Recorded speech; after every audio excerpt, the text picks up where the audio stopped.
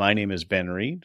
I am your host, and today we have Paul McHugh from Cooke, who is a contractor in California. We're going to talk about commissioning. We're going to talk about startup crews. We're going to talk about Title 24. We're going to talk about why the HVAC industry has such a challenge with embracing best practices, especially in the residential space. So come on a journey with us. You're going to like it. My name is Paul McHugh. I work for Cooke in Roseville, California.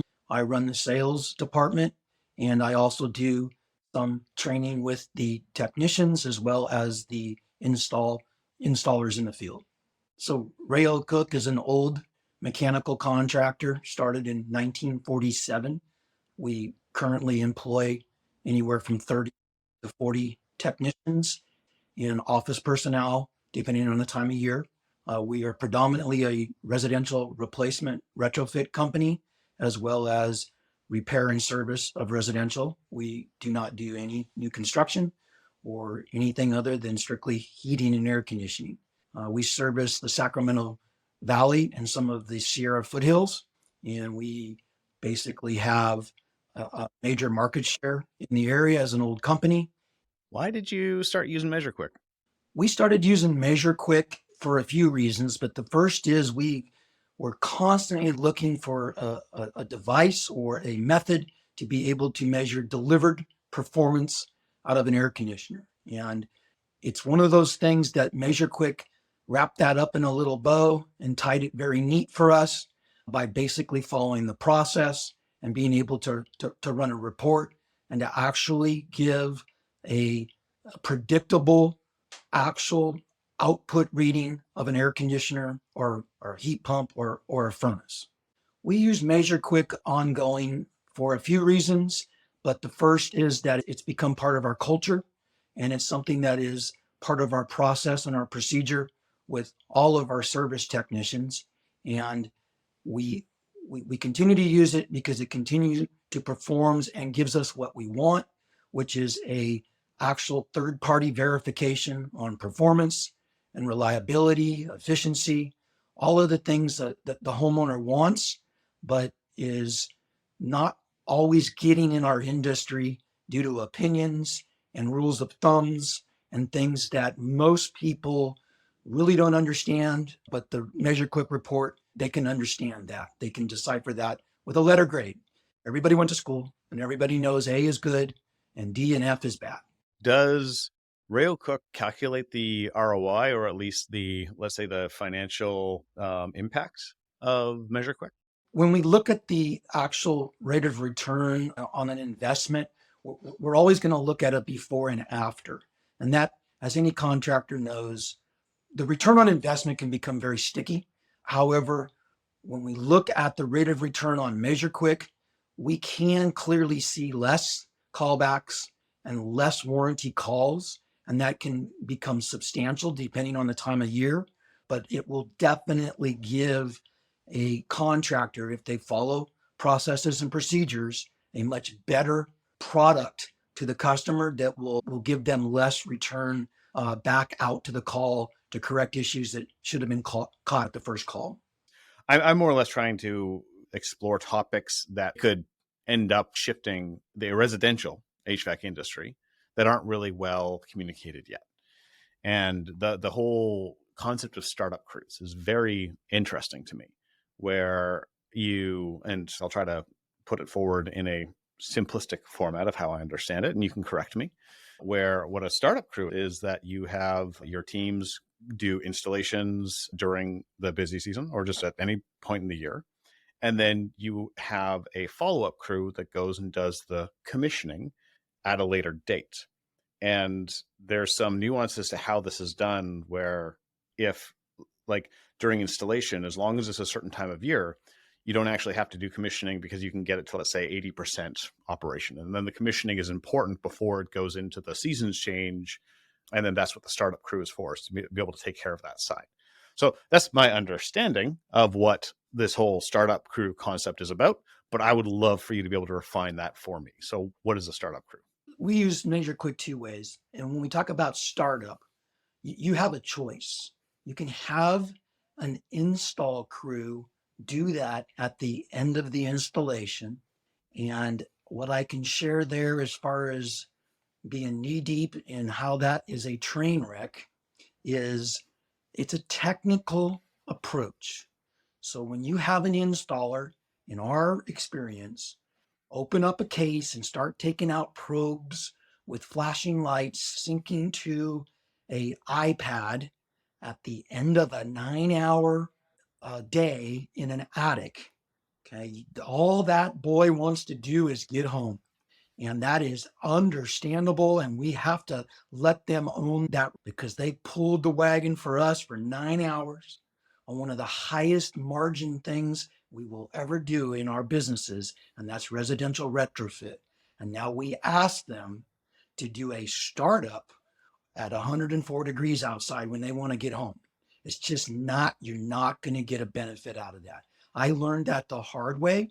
We trained our crews aggressively and they embraced it. But at the end of the day, it is what it is. They want to get home. So what Rayo Cooke, what Rayo Cooke has implemented is we have our shoulder seasons. So we're in California. So we get a winter and we get a summer and we get a fall and we get a spring. We're lucky. So what we do is September is still warm enough in California for us to do all of our commissioning for the ACs. So we don't have a lot of workload in September. Right now, at the time of this video, we're in September and we're not needing a lot of air conditioning. We're not needing any heating. September is the time to keep our 14 service technicians busy doing commissioning on residential replacement jobs we did this summer. Our installers will start up the equipment. They will get it close. We will comply with what we have to comply with in California, which is a very low bar, Title 24, but it's better than most states. And we get through that HERS test in California, and then we come back in September and we dial it in and benchmark it. And then the same thing happens in February for furnaces. If we installed a heating and air system 2 weeks ago, our installers will adjust the gas pressure and get it close so that it will run and it will work fine throughout the winter.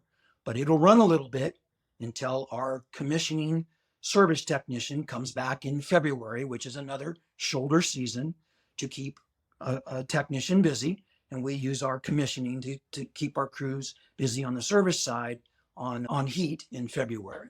And that we train our dispatchers are trained that way. We actually send correspondences to our customers, letting them know this is what's going to happen.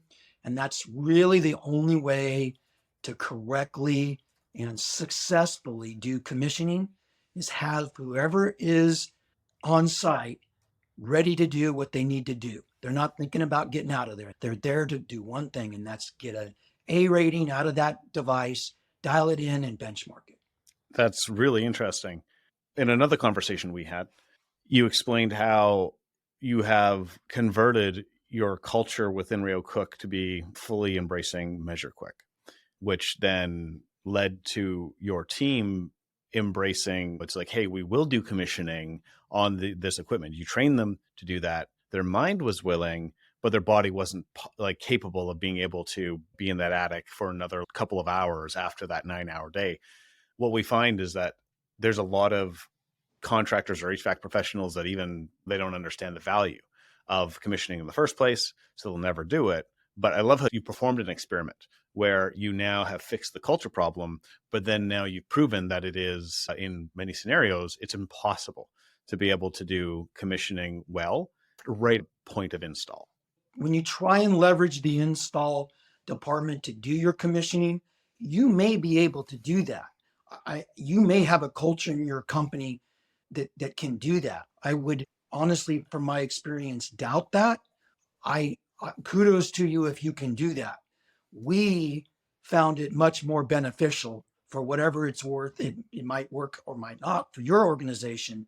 Is a service technician will do a better job of commissioning, and if we can get a better job out of the service department, we go that way. And we see benefit from doing it that way. Why not have the follow-up team or startup crew follow the day after or on the same day to, like, swap out with that install crew? So one of the reasons why we just don't immediately do commissioning with a service technician right behind an install crew is twofold. But the first and foremost is if we're installing, our summer is usually April-ish, May through early September. And we only have so many days, weeks, and months in the summer to cut hay and put it in the barn. So the last thing we want to do is have a revenue producer doing free work in the middle of summer. So if I dedicate 3 or 4 technicians to commissioning, that is a devastating hit to the revenue that could have been produced during the peak season, which is what we live and die by. So the first reason why we don't do it during the summer is it doesn't make good financial and business sense to do that. That gentleman's time could be much better because of better used for the time of year we're in. The second thing is the technicians, they want to run their racehorses and they don't want to be doing commissioning and things like that in front of a brand new system when they can be out solving the problems of the world, which is fixing air conditioners and going hard in the summer doing repairs. So those are the 2 reasons why we don't do it. We just budget our time a little differently, and it has proven well to work well for us. Interesting. And did Cooke have maintenance crews in addition to installation and service crews? Rayo Cooke has a full maintenance agreement customer base. We're a service titan company, and we do have full, called a Cooke Club, maintenance agreements, 1, 2, 3, 4, and 5-year plans. And we do have our more junior technicians will be assigned as a maintenance technician. And that's where they start with our company, is learning the ropes on what is a correct maintenance. And that's where measureQuick will definitely prove out over and over, especially with the new 2.5, the workflows, the guided workflows, that really will help a junior technician go ABC and learn a correct maintenance. And then we have our more seasoned technicians that are, when the call comes in through Service Titan, that is dispatched to the older age equipment that have problems. We have the more experienced technician is going to be dispatched to the more likely problems that we're going to need a more experienced technician on. And that's a revenue producer as well, because, again, we got to cut hay in the summer and we got to put it in the barn, and you're going to have to send the best guy to the job that's the best guy for that job. And that's normally going to be a more experienced technician. So one thing that I notice is that a lot of HVAC contractors in residential don't even know what the word means. They basically turn on the equipment. There's no error messages, or there's no beeping sounds. There's no sparks. There's no smoke and hot air is going. Maybe they set the thermostat settings and just make sure that the manufacturer checklist is just quickly followed. Then they're done. But commissioning is a much different process, because commissioning does not just, is the equipment on and are there no error messages? So can you explain what commissioning is and why it's so important for HVAC equipment? So one of the things that we see with commissioning, and there's a lot, but the fundamental commissioning term has nothing to do with the term startup.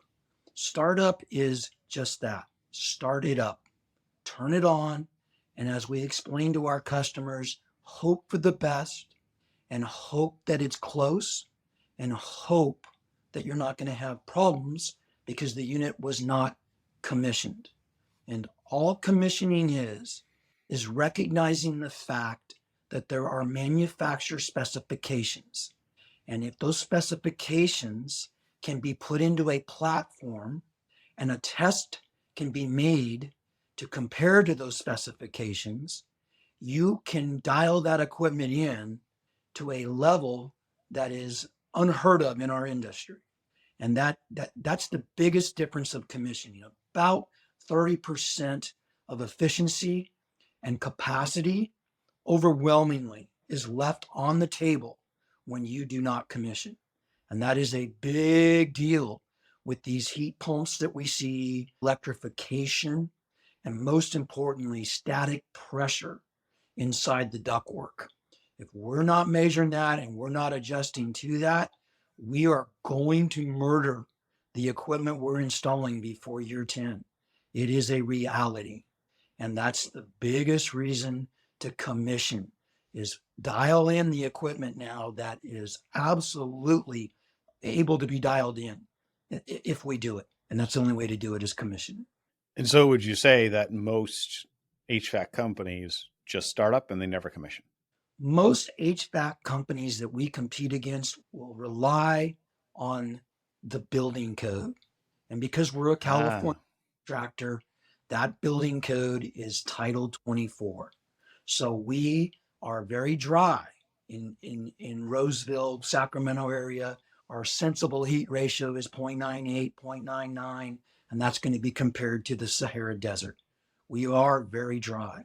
To be efficient and deliver what we sold the customer, we have to run our airflow at least 450 CFM per ton.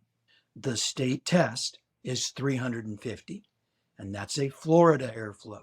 So you can already see right out of the get-go, our bar is not set to the climate we live in.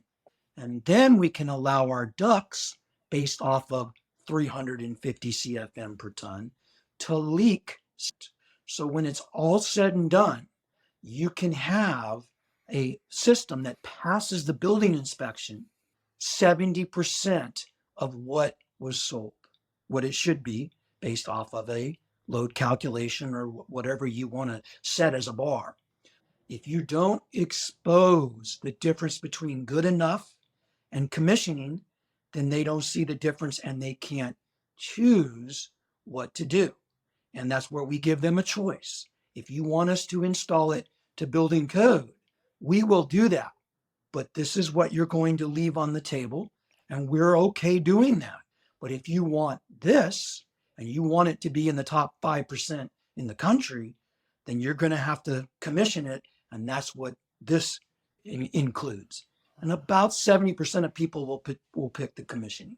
So how does that affect your pricing structure? So then you have a tier where it's here's the 70% performance where we're going to install it to code where it's okay.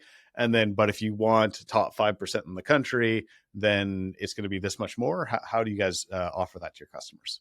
We can offer commissioning, and we do offer commissioning as a choice. And when we talk about doing something, if you're going to do something, especially with labor in our world and how we go to market is you have to charge for it.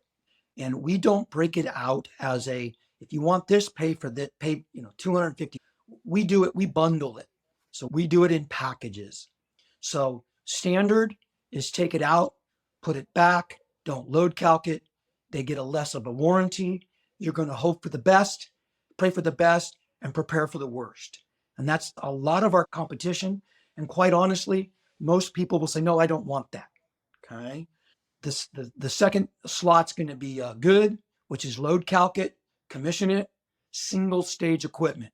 We're not doing any load matching. It's either on or it's off. The better, load calc it, commission it, two-stage equipment. We have some type of load matching. It'll adjust to the output we need based on the outside temperature, but it's commissioned. And then the best is going to be inverter or variable speed compressor, VRF, and we're still load matching, and we're going to have infinite control of the load, and we're going to be commissioning. So most of what we do of those 4 packages, unless it's the first one, is we will commission, and that's bundled into our pricing program. So we will charge 2 hours of visit. So we charge 4 hours total, heat commissioning and a cooling commissioning, which we charge 4 hours into that bundle. Average price in our market is no mystery. I can share it, $16,000 to $20,000. If we can't, in the name of doing something right for the customer, include $400 worth of commissioning, that's not a lot of that price for the benefit that the customer's getting. Now, that tier of 4 packages, that totally makes sense. It seems like a very well designed offering. And you can notice that it's the more not just the more expensive, but the more complex the equipment goes. Like, you guys likely understand that commissioning is required, because that's what I've heard a lot for a lot of the newer technology, the ECM motors, is that the performance band to be able to make them operate properly is just so much narrower compared to the old PSC motors. So is that one of the reasons why the commissioning is included and not an option in those additional packages? The commissioning is going to always be included, and the customer will pay for it in the package with our more efficient equipment. And it's important to understand that when you measure static pressure accurately and you actually look at a performance table of a piece of equipment, it's important to have that part of the commissioning process so that we know exactly what these variable speed motors are doing. Because even on our own installations, if we see 1 inch of static pressure, our technician is not allowed to leave that job on the install without talking to a manager or a service technician to get that thing dialed in correctly, so we don't leave it in an incorrect state.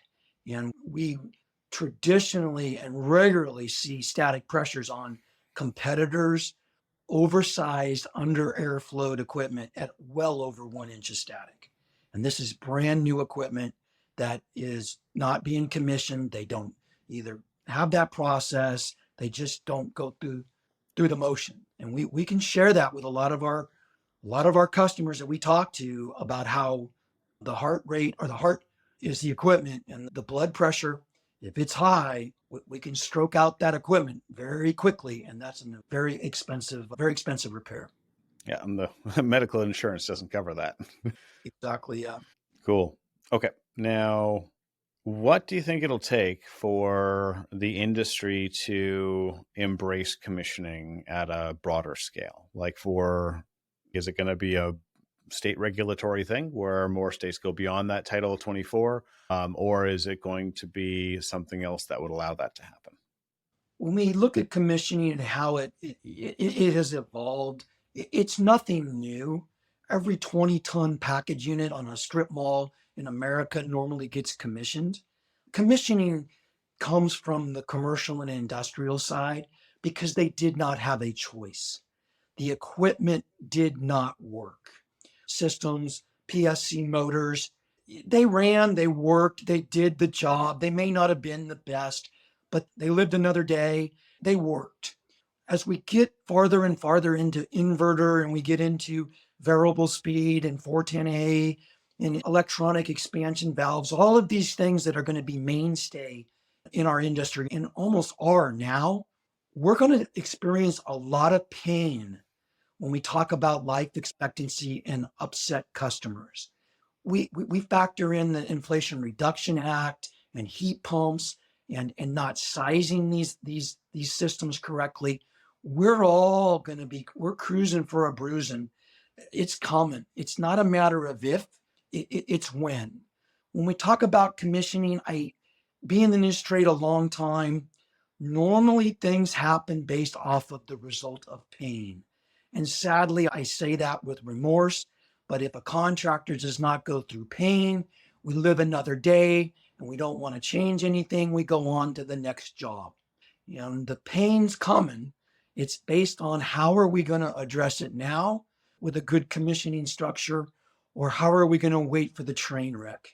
And I, as a contractor, would like to see more incentive on the commissioning side, maybe more rebating toward a customer or a contractor that commissions, improve the actual net output of the equipment based on a scale, a ACA, is doing a lot of that with their verified equipment performance and those things, but that's not enough. There has to be more dollars and cents put toward it through the municipalities. That is a genuine, accurate report.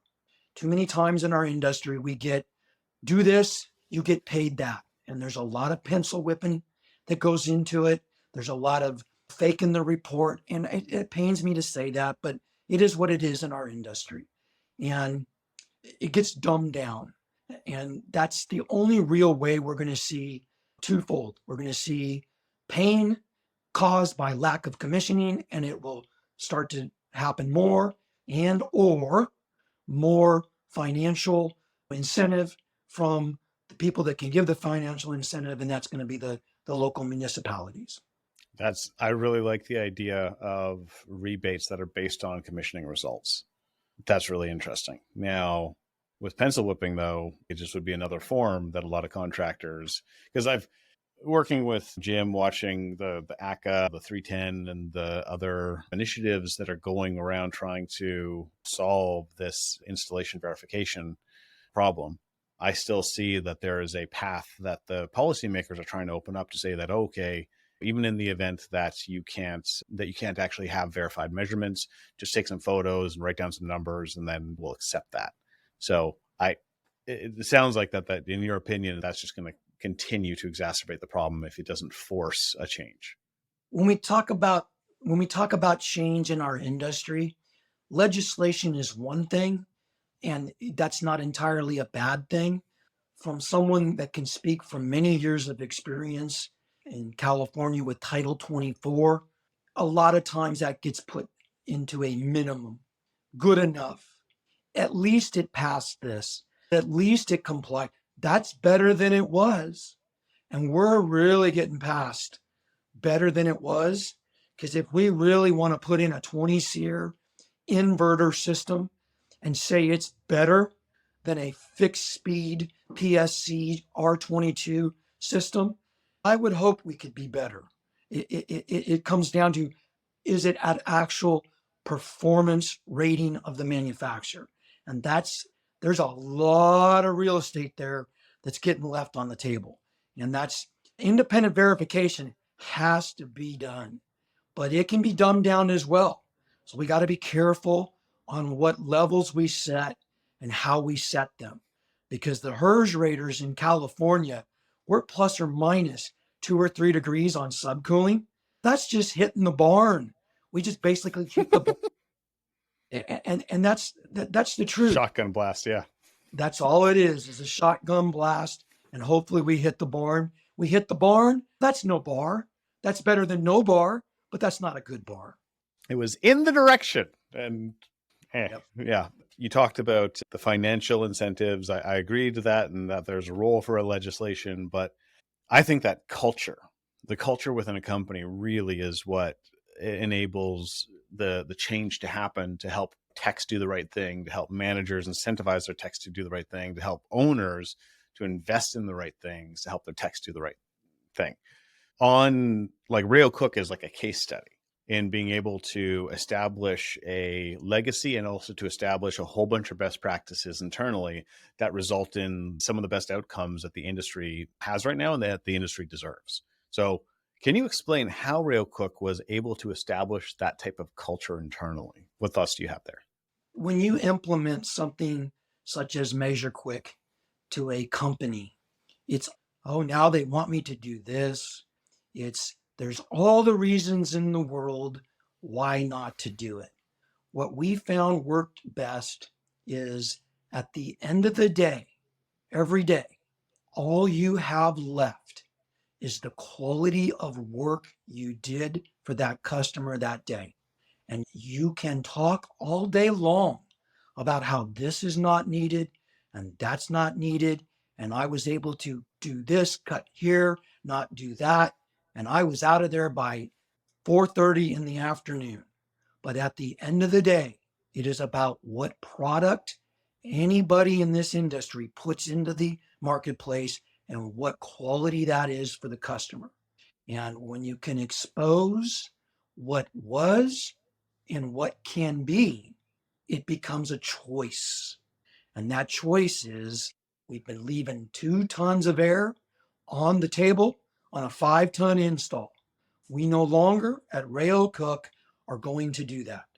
We're going to measure what we install, and we're going to make sure that we deliver everything that we sell the customer.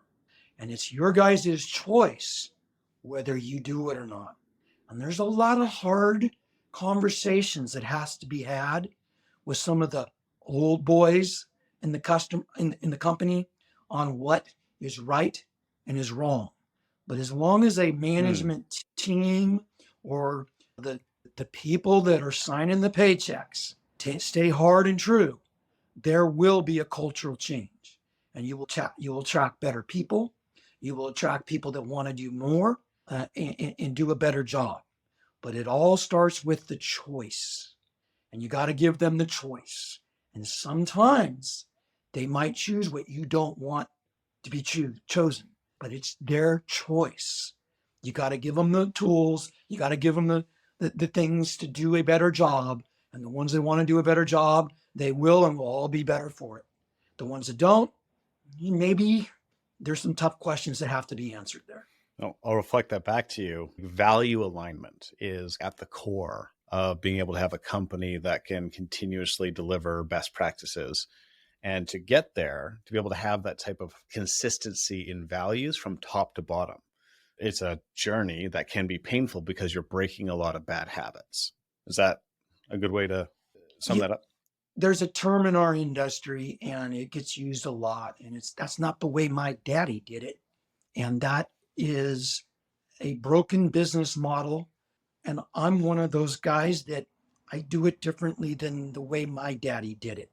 I'm not going to say my dad was wrong, but there's things that change over time that you have to change with. And if you're not changing, you're dying. I'm probably out of this trade in about 10 years.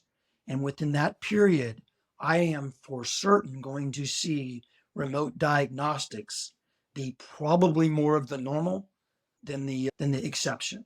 We are in an industry that has changed more in the last 4 to 5 years than I've seen in 20, 25 years in the industry. And we still are in a pool of contractors that in ACA can tell you the average contractor's less than $1 million a year, maybe $1.2 million. And that's a 1-man, 2-man, 4-man outfit. And they're trying to make payroll. They're trying to get equipment to the job. They're trying to just get home at the end of the day in one piece. And I get it. I get that.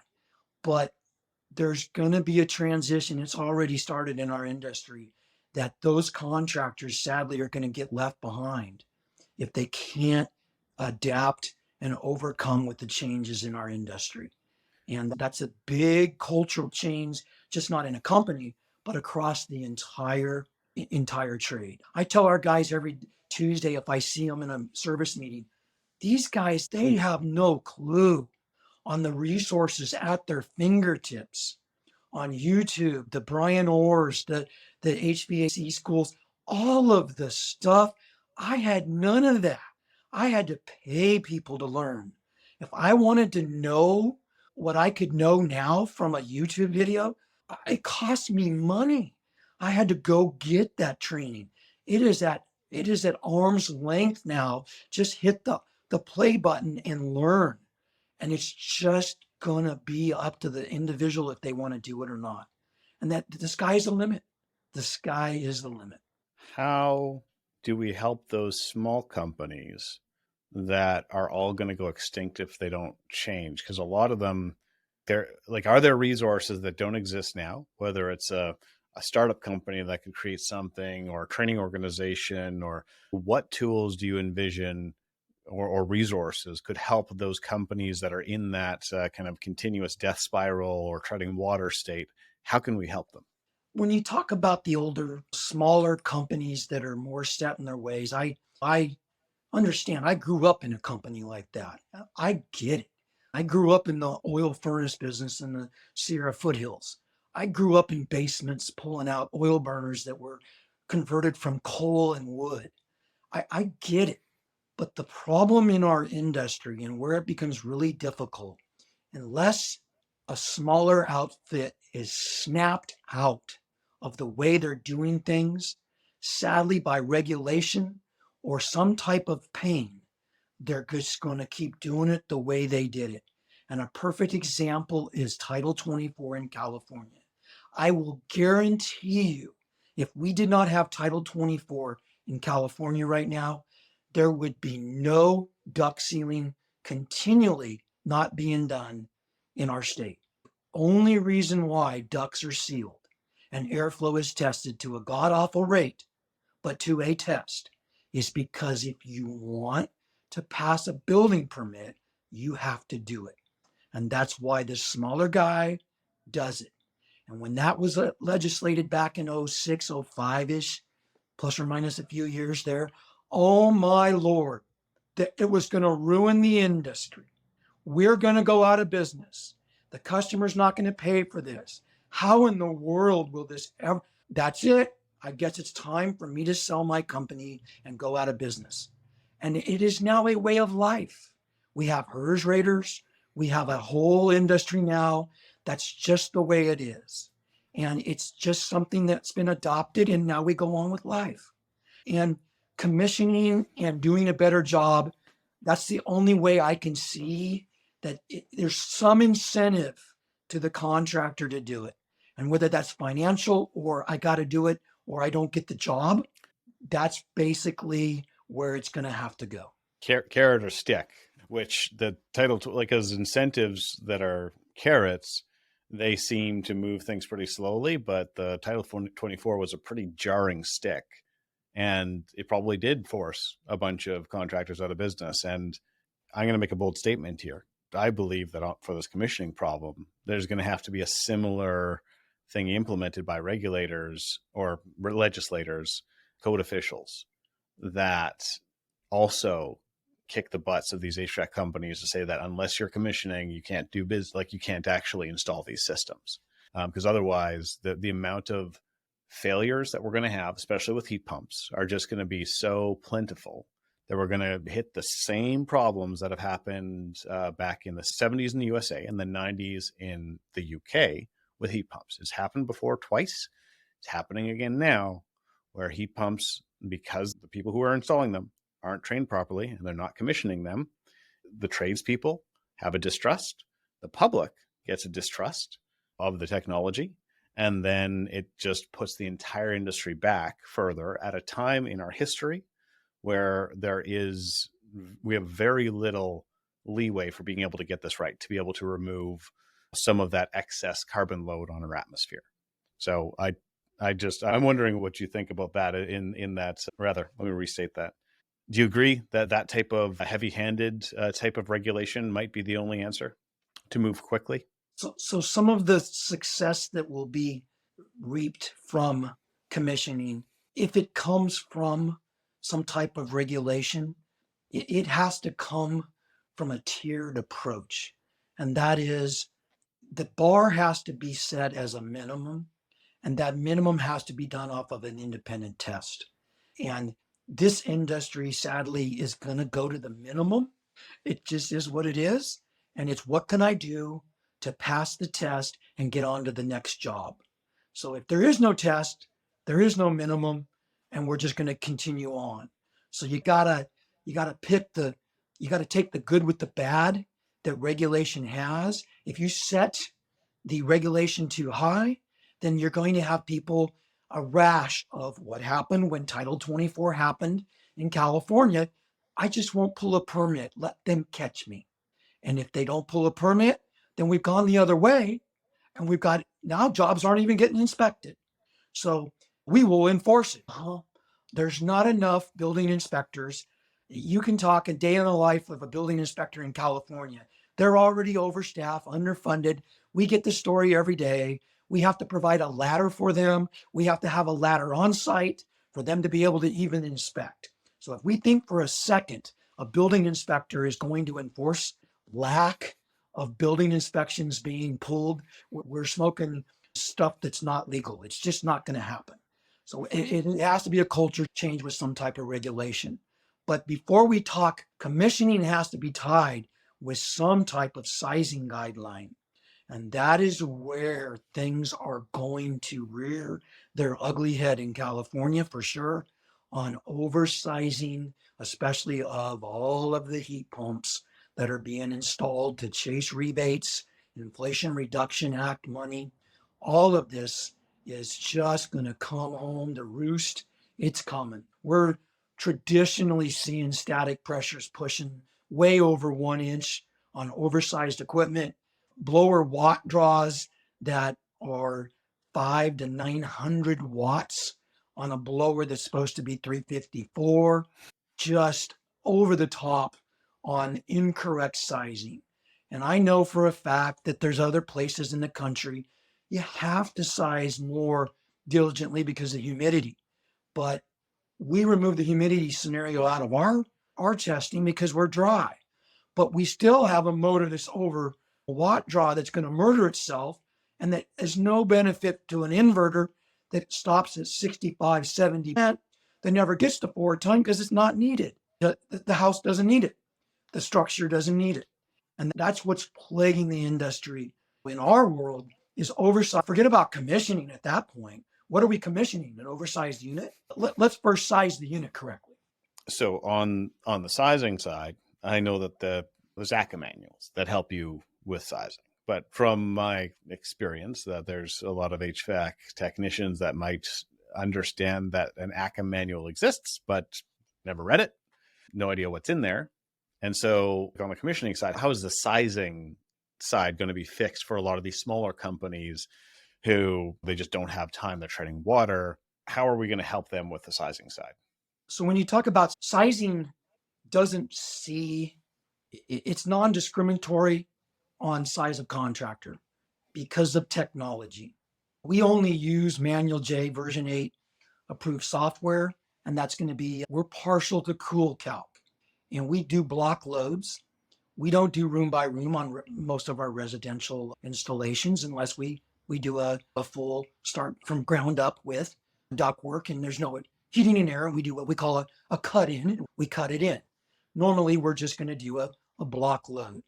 I can tell you unequivocally, we have removed well over 70 tons of cooling just in the last year alone by load calking. We didn't put 70 tons back.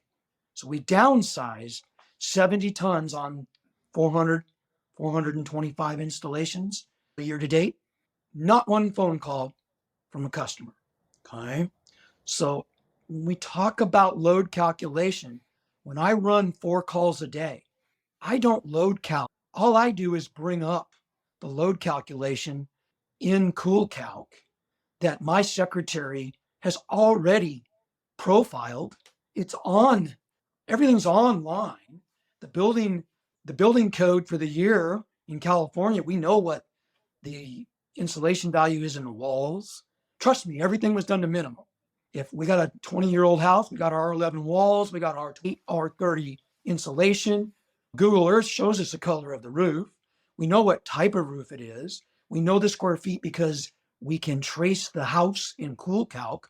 Look, we're not putting people into space here with a load calc. We're not working for NASA. We're getting a pretty close estimate on the load. And then one of my guys or me, when we get to the house, we do what's called tighten up the load. And we'll walk the house. We'll look what's on site. If they have radiant barrier roofing, we put that into Calc.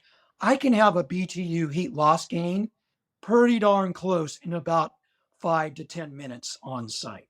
So when you talk about load calculation, it's just embracing the process. And you sizing. say what you're going to do, then that's what you do. You figure out a way to do it quicker, easier. I don't know, a load calc is, I think we pay $2 a load calc for Calc. That gets downloaded into a PDF and is attached to the customer's job site information. Okay. We generate an estimate based off of the load calc, and we talk a lot about sizing the equipment correctly.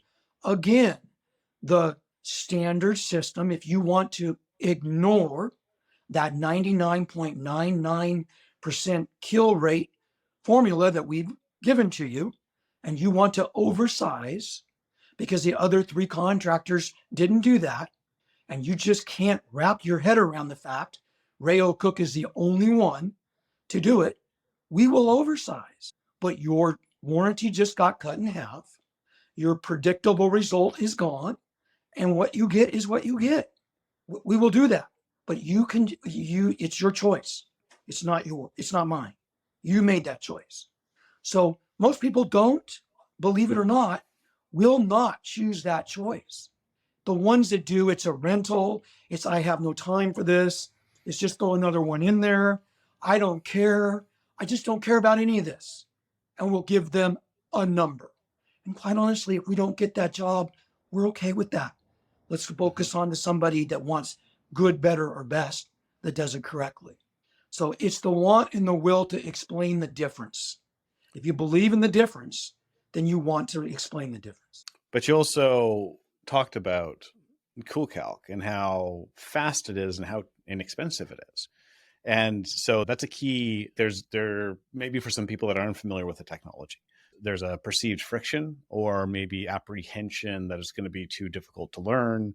Whereas like Calc, and then there's some other ones that I've been learning about. There's the Conduit Tech who does like the LiDAR based load calcs now. And then even Arch, which they're basically going to do like load calcs at scale, but like just by using kind of data sets that are available out there to be able to get a ballpark figure of what the home's load would be. So just those are examples of additional iterations, evolutions of technology that should make it easy for anybody. It's an easy button so that nobody should ever have an excuse to not do a load calc and to do proper sizing moving forward. So Do you what think that'll help? The technology evolution will help with those contractors that they don't have time for this, they're treading water. If they had that easy button, will that help fix the industry? Yes, there's a preconceived notion in our industry about running loads that when you run a load calculation, it's a manual. I am not measuring every window in the house. I am not. That's duly noted. I am not either. I have an hour and a half with the customer. At an hour and a half, I start to roll back in their head. They want me gone. If they have not seen a value in what I offer, we're just spending time together at that point. And that's just because of the average attention span in the world we live in. It's just is what it is. When we use technology such as Calc, I can look at a house and I can say that west wall has a low amount of windows, a medium amount of windows, or a high amount of windows. In our climate zone, I don't need to be measuring every window and giving it exact data. We are way past that. Now, there may be some areas in the country that's more needed. I can only speak to our area. It's an estimation. There's been so many load calculations ran now with the data that you can get really close by tracing the footprint of the house with a mouse pointer. My secretary had no data or no training at all in our industry other than 30 minutes that I gave her on how to trace a house. And she does 5 a day, done 50 over the last year, and it's perfectly fine. It works out fine. It's not rocket science. You learn things too by running a load calculation. You learn that you have oversized equipment your entire life. And it just is something that it's a come to Jesus talk with yourself on how you've been doing it wrong when you actually measure the load on a house. And that's where things, unless they get changed, you're not. 34 states in the union require a load calculation for a building inspection. I don't live in one of those states because Title 24 enforces the efficiency of the box sold. But if the box sold is oversized, we're not really getting anywhere beneficial if we want to talk about lowering carbon footprints and all of that. If we're oversizing, that needs to be said. If we're oversizing, okay, we efficiently oversized. Good for us. So Title 24 in California doesn't include any sizing guidance. So new construction in California, new construction, There is Title 24. It's International Building Code that is chosen by the municipality or state, whether it's enforced or not. California does not enforce that. On retrofit, there is no load calculation whatsoever required to get a Title 24 test done or a building inspection final. And will that change? So maybe it will, but do you know if that's changing? There's nothing on the horizon in California that I am aware of to change that. They will continually tighten up Title 24, which is the efficiency of the box. That changes and has changed, gotten better. But the size of the box, nothing. Hopefully we see a change at some point soon, that especially with what'll happen with heat pumps.